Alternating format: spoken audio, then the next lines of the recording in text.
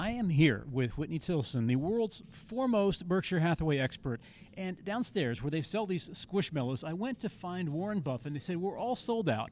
I get an email an hour later from Whitney Tilson saying, I just purchased 24 Buffett and Munger Squishmallows, and I'm selling them now for $500 to raise money for Ukraine. So I happily donated. If somebody still wants one of these, Whitney, can they still get them? Well, I'm not sure. By the time someone is watching this video, they may all be gone. Which is a good thing. It's a good cause. Anyone is welcome to email me at wtilson@stansberryresearch.com, my firm, and I will definitely let you know. But do so quickly because they're going fast. I bet they are. I bet they are. So in terms of this meeting, the big obvious thing was the empty seat for Charlie Munger. And it was a touching moment when Buffett said, Charlie, what do you think? And everybody in the audience just felt that. It's kind of a generic question, but what did you think of the meeting? Yeah, well, this is my 27th consecutive Berkshire annual meeting, so I've been to a lot of them, and I must say they all sort of blend together.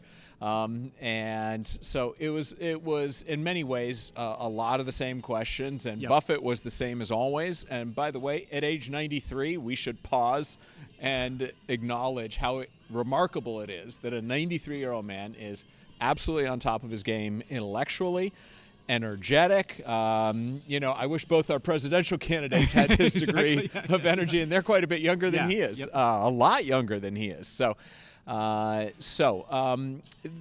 his true calling, right? Yeah, and yes, and he's I heard a lot of the same things I've been hearing, not only for the last 27 years here at the annual meeting, but going back to his Buffett partnership letters that I was the first one to ever compile and transcribe those letters going back to 1958.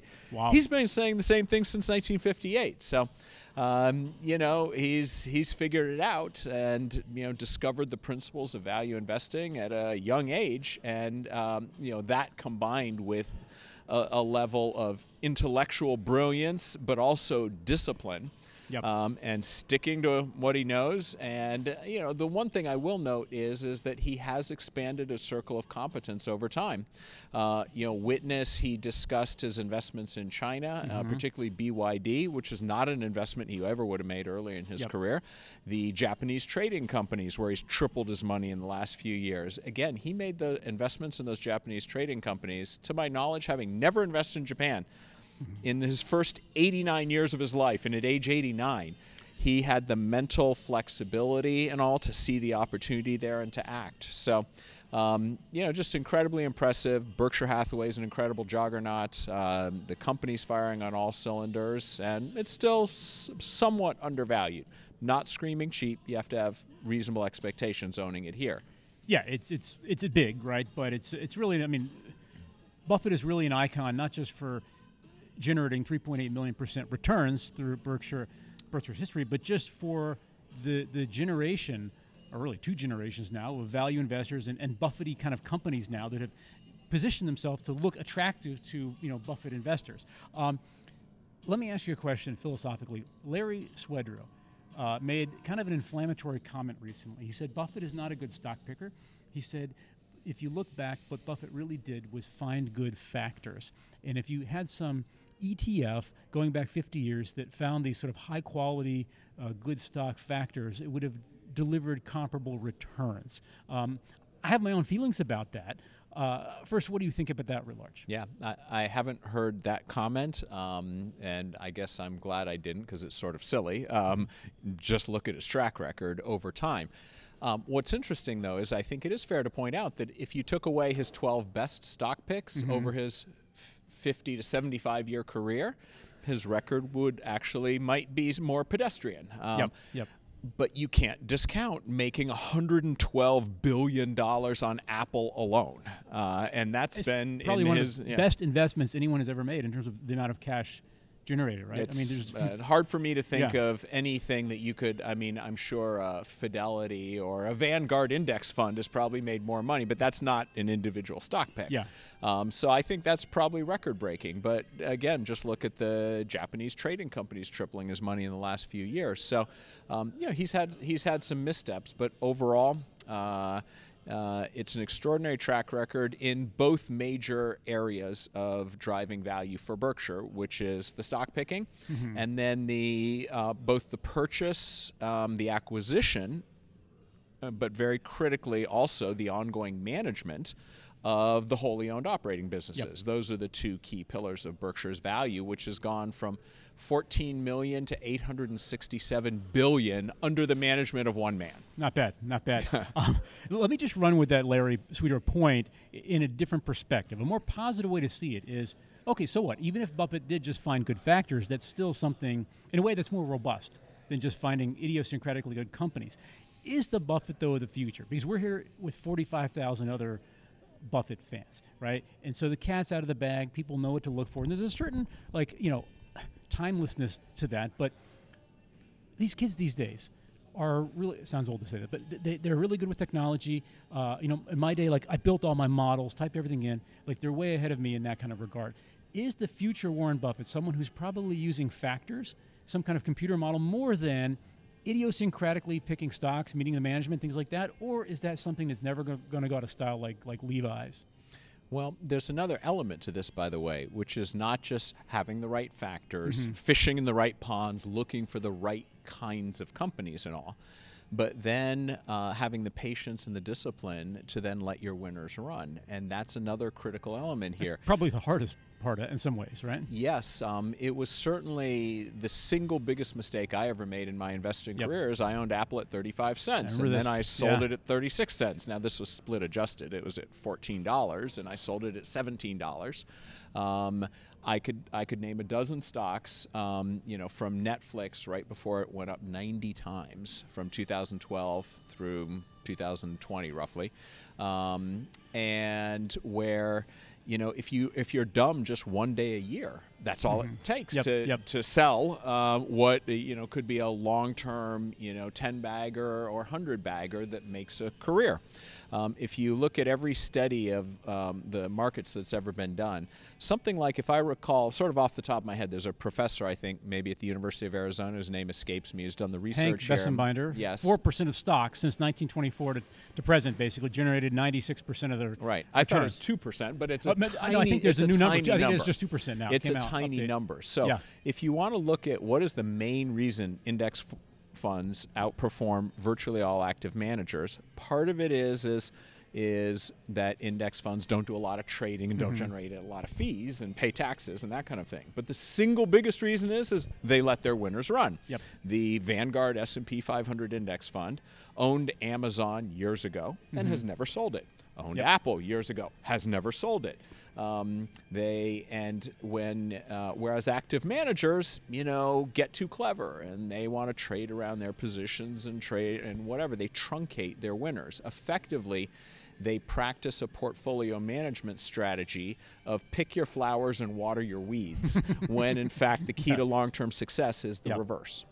It's so hard. But in your defense, for example, from selling Apple or Netflix, for every Netflix, there are 90 also-rans that are trying to be Netflix, and most likely, you're holding one of those, not the real one. But if you do, if you can find the real one and hold it, you'll do well. Right. Well, there's a joke among we folks, hedge fund managers and all, is I got two kinds of stocks in my portfolio. I got my winners and my long-term holds, right? And what it means is that as you've got a winner, and it doubles, and then it doubles again, and it doubles again, like what happened to me with Netflix. I sort of felt the need. I don't want to be greedy, and so I sold half after it doubled, and then it doubled again, and I sold half, and doubled again, and I sold the rest of it.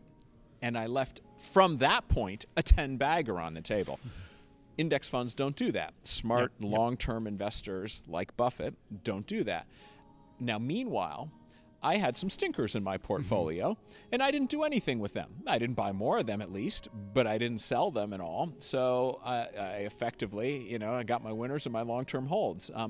And so, every young guy seems to have to learn this for himself, however. Yeah, it's hard, myself included.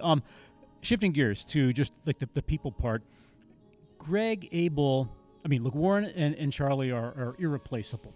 And one thing I was looking for was a little bit more color from the lieutenants, Greg Abel, Ajit Jain. We didn't really see Todd Colmstead Weschler at all. Somebody from Nevada asked a question about why aren't you doing more solar? I'm just being honest, I thought Greg gave a very forgettable answer, kind of corporate speak, whereas Buffett said, well, guess what? The sun doesn't shine at night. We need some other stuff besides solar as much as we like it.